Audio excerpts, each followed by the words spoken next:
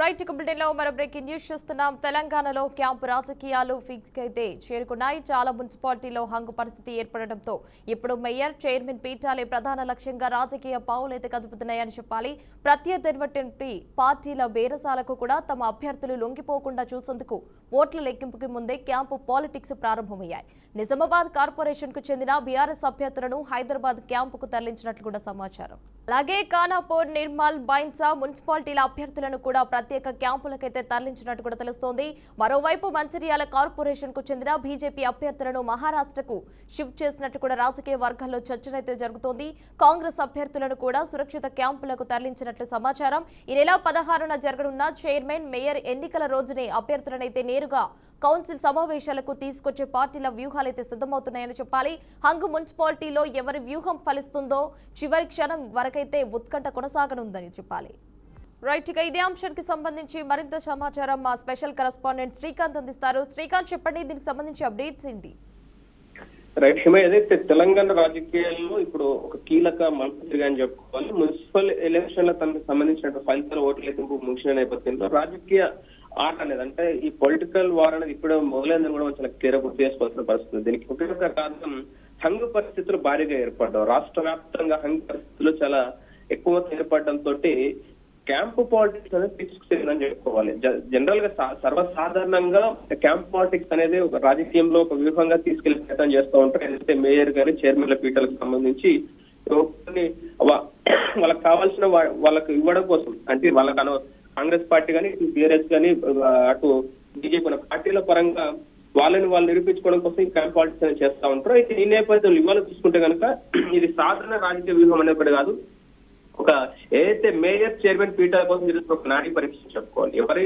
ఎవరైనా అభ్యర్థి జాగ్రత్త పూర్తి రాజకీయ సమీకరణ తలకిందులో పరిస్థితుంది. అంటే ఒక అభ్యర్థి అటు అయినా ఇటు పోయినా రాజకీయ సమీకరణ పూర్తిగా మారిపోయే అవకాశం ఉంటుంది. కాబట్టి అందుకే ఫలితాల రోజు నుంచి అభ్యర్థులను కాపాడుకోసం ప్రధాన లక్ష్యంగా పార్టీలు పూర్తిలో రంగం దిగినట్టు కనిపిస్తా ఉంది. అంటే ఈసారి మున్సిపల్ ఎన్నికల్లో దాదాపు 37 చోట్ల కూడా హంగు ఏర్పడడం అంటే స్పష్టమైన మెజార్టీ లేని పరిస్థితి చాలా క్లియర్గా అర్థమవుతుంది. ఇక్కడే క్యాంప్ పాలిటిక్స్ ఎక్కువ ప్రాధాన్యం పెరిగినట్టు పరిస్థితి మనం చూస్తాయి. అంటే ఎన్నికల ముందు ఓటర్ల కోసం ప్రచారం జరిగితే ఇప్పుడు ఎన్నికైన సభ్యుల కోసం బేరసారాలు జరుగుతున్నాయి. చాలా సింపుల్ మనం అర్థం చేసుకోవాలి.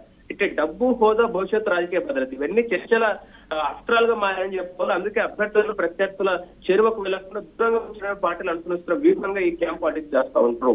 అంటే ఈ ఏదైతే అనలిస్ట్, అంటే ఇప్పుడు జనరల్ గా అనలిస్టులు కొంతమంది చెప్తా ఉన్నారు, క్యాంపులు కేవలం నివాసాలు కావు, ఇవి రాజకీయ బంకర్లు కూడా మారిపోయి ఫోన్ కాల్స్ నియంత్రణ, బయట వ్యక్తులతో సంప్రదింపులపై పూర్తి ఆంక్షలు విధించి పార్టీ అగ్రనేతల నేరుగా పర్యవేక్షణ అనేది ఈ రకమైన అంశాలను కూడా దీంట్లో పరిస్థితి వస్తాం.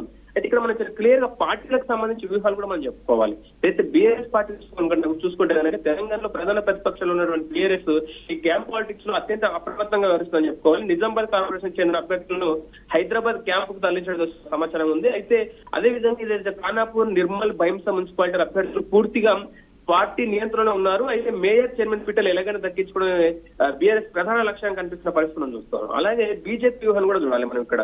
ఏదైతే బీజేపీ ఇక్కడ వెనకడుగు వేయకుండా మంచిర్యాల కార్పొరేషన్ చెందిన అభ్యర్థులకు మహారాష్ట్రకు తరలించిన ప్రచారం చేస్తుంది. అయితే స్వతంత్రులు ఇతర పార్టీల సభ్యుల మద్దతుతో మేయర్ పీఠ చేజిక్కించుకోవాలన్నది బీజేపీ ప్రధాన వ్యూహంగా కేంద్ర నాయకత్వం సూచనలతో ఈ క్యాంప్ రాజకీయాలు నడుస్తున్నది కూడా కొంత రాజకీయ వర్గాలు వినిపిస్తున్నటువంటి సమాచారం. అయితే ఇక్కడ మేజర్ గా చూసుకుంటే ఇప్పుడు ఏదైతే అధికార కాంగ్రెస్ తెలంగాణ రాష్ట్రంలో అధికార కాంగ్రెస్ అంటే అనూహ్యంగా గత ఎన్నికలతో పోల్చుకుంటే కూడా చాలా పెద్ద ఎత్తున కూడా ఓటు శాతం పెరగడం, దాంతో పాటు కూడా ఇంతే పెద్ద ఎత్తున మున్సిపాలిటీలు కైవసం చేసుకోవడం అనేది కొంత ఆసక్తిని నెలకొల్పిందని చెప్పుకోవాలి. ఎందుకంటే అధికార పార్టీ కాంగ్రెస్ ఇక్కడ క్లియర్ గా ఈ క్యాంప్ పార్టీకి సంబంధించి కూడా తరలింపు అనేది పరిశోధిస్తారు. కొన్ని చోట్ల కాంగ్రెస్ అభ్యర్థులను కూడా క్యాంపులకు తరలించిన సమాచారం వస్తున్నారు. దానికి సంబంధించి ఇదివరకు కూడా ఎలాంటి సమాచారం మనకు క్లారిటీ లేదు. అయితే ఇక్కడ హంగు చోట్ల ఒక సభ్యుడు మారిన మొత్తం మున్సిపాలిటీలు చేజరే ప్రమాదం ఉంది. కాబట్టి చివరి నుంచి వరకు అభ్యర్థులను పార్టీ నియంత్రణ వచ్చే ప్రయత్నం కూడా చాలా క్లియర్ కాంగ్రెస్ పార్టీ చేస్తుంది.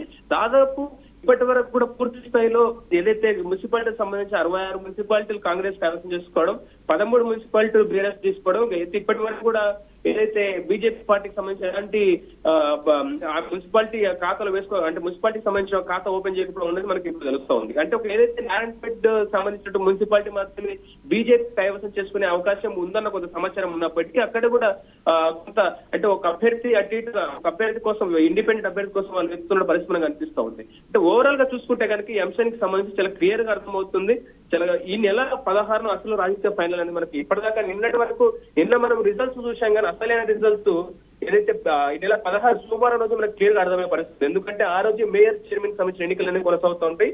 అయితే అందుకే అదే రోజు ఉదయం క్యాంపులో అభ్యర్థులు నేరుగా ఎన్నికలు తిరిగి ఏదైతే ప్రదేశాలకు తీసుకొచ్చేలా పూర్తి ప్రణాళిక సిద్ధం చేసుకుంటాం మనకు తెలుస్తా ఉంది. అంటే ఎక్కడ గ్యాప్ లేకుండా ఎక్కడ అవకాశమే లేకుండా ఇవ్వకుండా పార్టీలు కూడా ఏ పార్టీకి ఆ పార్టీ ముందుకెళ్తున్న పరిస్థితి మనం చూస్తున్నాం. అంటే ఇది కేవలం స్థానిక సంస్థల రాజకీయమే కాదు, ఇది రాబోయే రాష్ట్ర రాజకీయాలకు ఒక రిహార్సల్స్ అని కూడా చెప్పుకోవాలి. ఎందుకు రిహార్సల్స్ అంటే కనుక ఇప్పుడు తీసుకునే ఇప్పుడు ఏర్పడేటటువంటి ఈ పార్టీలకు సంబంధించి మేయర్ గానీ మున్సిపాలిటీ చైర్మన్ గానీ సంబంధించి నెక్స్ట్ వచ్చే ఏదైతే అసెంబ్లీ ఎన్నికలు కానీ జెడ్పీసీ నెక్స్ట్ రానున్న జెడ్పీటీసీకి సంబంధించి ఎన్నికలకు సంబంధించి చాలా క్లియర్ గా మనకు నెక్స్ట్ వచ్చే ఎన్నికలకు చాలా క్లియర్ గా ఇది ఒక రిహార్సల్ అని చెప్పుకోవాలి. ఎవరు వ్యూహం కట్టితే ఎవరు తమ కేడర్ నిలబెట్టుకోగలరు, వారికి మేయర్ చైర్మన్ పీఠాలు అనేది దక్కే అవకాశం ఉంది. అయితే అధికారిక లెక్కల ప్రకారం ఇంకా అధికారికంగా కొన్ని లెక్కలు నడుస్తున్నాయి. ఈ క్యాంప్ పాలిటిక్స్ మాత్రం ఈ క్యాంప్ పాలిటిక్స్ పూర్తి స్థాయిలో పులి స్టాప్ పడేది మాత్రం నెల 16 సోమవారం రోజే ఫైనల్ క్లైమాక్స్ వచ్చే అవకాశం మనకు కనిపిస్తూ ఉంది. శ్రీకాంత్, ఇప్పుడు అదే క్యాంపు ముఖ్యంగా మనం చూసుకుంటే కనుక ప్రత్యర్థి పోటీలకు కూడా బేరసాలకు అభ్యర్థులైతే అభ్యర్థులు లొంగకుండా చర్యలు కూడా తీసుకునే అవకాశం కూడా ఉన్నట్టు తెలుస్తుంది కదా, దీనికి సంబంధించి అప్డేట్స్ ఏంటి మరి? అభ్యర్థులు లొంగకున్నట్టు ఇక్కడ రెండు రకాలుగా ఉంటుంది. ఒకటి పార్టీపై నిబద్ధతతో పార్టీ క్యాడర్ పై నమ్మకంతో ఉండి ఖచ్చితంగా తమకు అనుకూలమైన పదవులు దక్కే అవకాశం ఉందన్న నిబంధనలు ఎలాంటి ఇబ్బందులు లేవు. బట్ కాకపోతే అక్కడ ఖచ్చితంగా మనకు ఈ అంటే ఆ పీఠాలు దక్కని పక్షాన దీనికి సంబంధించి క్లియర్ గా రైట్ శ్రీకాంత్, థ్యాంక్ యూ.